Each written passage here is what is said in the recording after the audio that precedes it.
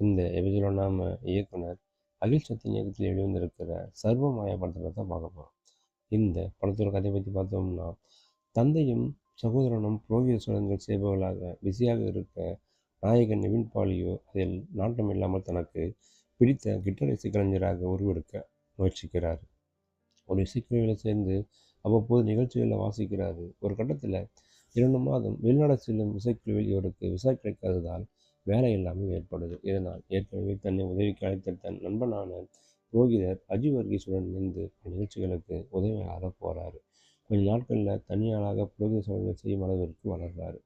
அப்படி ஒரு நாள் ஒரு வீட்டில் ஒரு சிறுவன் ஒருவனுக்கு பேய் பிடித்து உள்ளதோ என்ற சந்தேகத்தில் அவரது பெற்றோர் அழைக்க அதற்கான சடங்குகளை செய்வதற்காக அங்கே போறாரு நிவின் பாலி.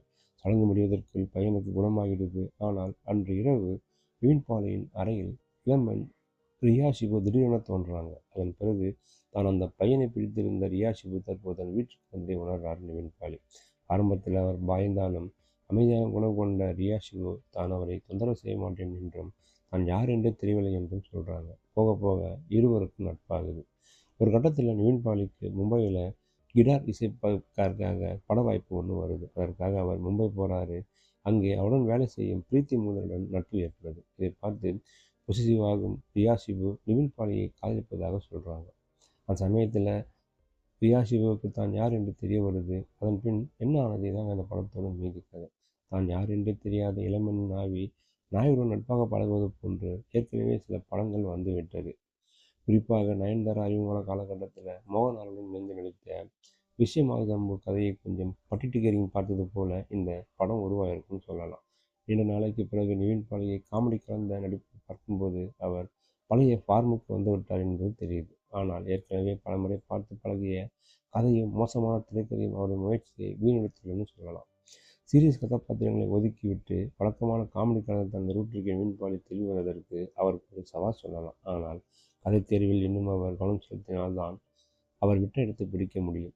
நாயகியாக ரியா ஷிபு துருதுரு ஜாலியான இளம்பெண்ணாக கொடுத்த வேலையை சரியாக செஞ்சுருக்காங்க. ஆவியாக இருந்து கொண்டே திடீரென யாரோ கதையை திறந்து கொண்டு வரும்போது பயப்படுவது சரியான காமெடி. மலையாள சினிமாவில் இனி இவரை அடிக்கடி பார்க்க முடியும்னு தோணுது. இன்று நாயகியாக இடைவேளைக்கு பின் வரும் பிரீத்தி முகுந்தன் காதல் பிரேக்கப்புடன் அறிமுகமாகி உடனடியாக நிவின் பாலியுடன் காதல் வாய்ப்படும் போது இன்றைய இளம்பெண்கள் மனோபாவத்தை அழகாக வெளிப்படுத்தியிருக்கிறார்னு சொல்லலாம்.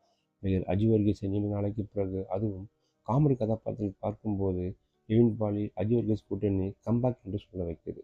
நிவின் பாலியின் பெரியப்பாக வரும் ஜனார்த்தனன், ரியா ஷிபுவின் தந்தையாக சில காட்சிகளை வந்து போகும் வினித், கொரியர் பையனாக வரும் அல்தாப் சலீம் என இன்னும் சிலர் குறிப்பிடத்தக்க கவனம் பெறுறாங்க.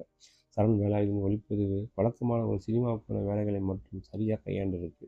ஜஸ்டின் பிரபாகரன் இசையில 2 பாடல்களும் மெலடியாக கவருது.